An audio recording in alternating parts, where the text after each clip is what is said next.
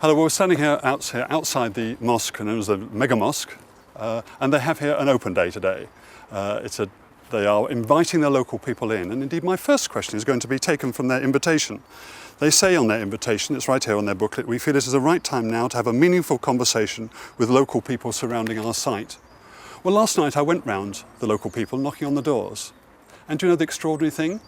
The majority of roads, the majority of residents within a quarter-mile radius of this particular site have not been invited. They haven't received one of these invitations.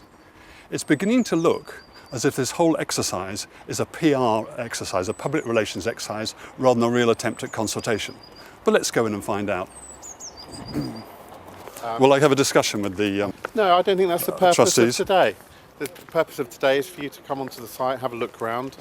You'll be taken around on a guided tour. Oh. It's not a time for a debate, it's a time for you to observe and have a look. But I do have some questions about some of the stuff that's being put out in here. Well, then I'd like to meet Abdul Sattar Shahid, who says he's invited local people. Well, actually they have. They've been all invited by hand. No, they haven't. I'm sorry. If you come with me to Corporation Street, which is about 200 metres in that direction, if you'd like to come with me now, they have not received invitations. If you'd like to come with me to Abbey Lane just down there, they have not received invitations. Well, what I will do is I will double check that those two locations have been delivered. Hello, nice to meet you. Welcome, Councillor. I recognise your face. Yes, I recognise it. We are planning to build a school, and we want that school to promote an area of learning, a way of learning which promotes British integration into British society. Okay, sure. You can imagine I've got a lot of questions about about what you're saying at the moment. I'd just like to say, though, that I have a number of times, before I ever went public on this thing at all, I asked for a meeting with the trustees by your then spokesman, Abdul Khalik.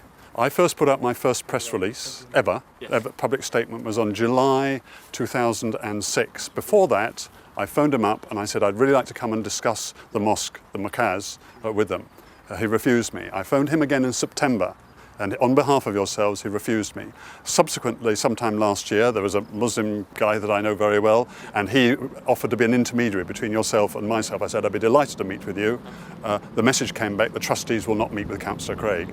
We have people that you just mentioned before who have got involved in the project and probably exceeded their bounds. They represented the organisation incorrectly. And what we want to do from now in the future is to make sure that we let the public know that we are fully open to their suggestions, that we want to work with the community, and that we want to work with Christian groups. Sure, yeah, absolutely, yes. What I always do is check I haven't got holes in my socks before I go to a mosque.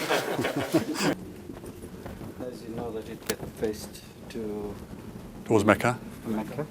We have other prayer halls because we do have translation in various different languages. Can I just for the camera get this? I really find this quite offensive, this document here. Can we just illustrate why? It says here, we feel it is the right time now to have a meaningful conversation with local people surrounding our site. Last night, I went round and I knocked on the doors of the people around here. And I can name to you now streets, less than a quarter of a mile of where we stand now, who have not been invited. They have not been invited. Let me mention the streets for you so you know. Let's go west, we go to Abbey Lane, which is the next door to you here. Abbey Lane and Gay Road. Let's go across that way. I would like, they have not. If they turn around and say no, we can't say anything. Now, if any road has been left out, it's not been invited. It's not any road. Most of the roads have been. I'm sorry to be, but it's really important this because most of the roads around here have been.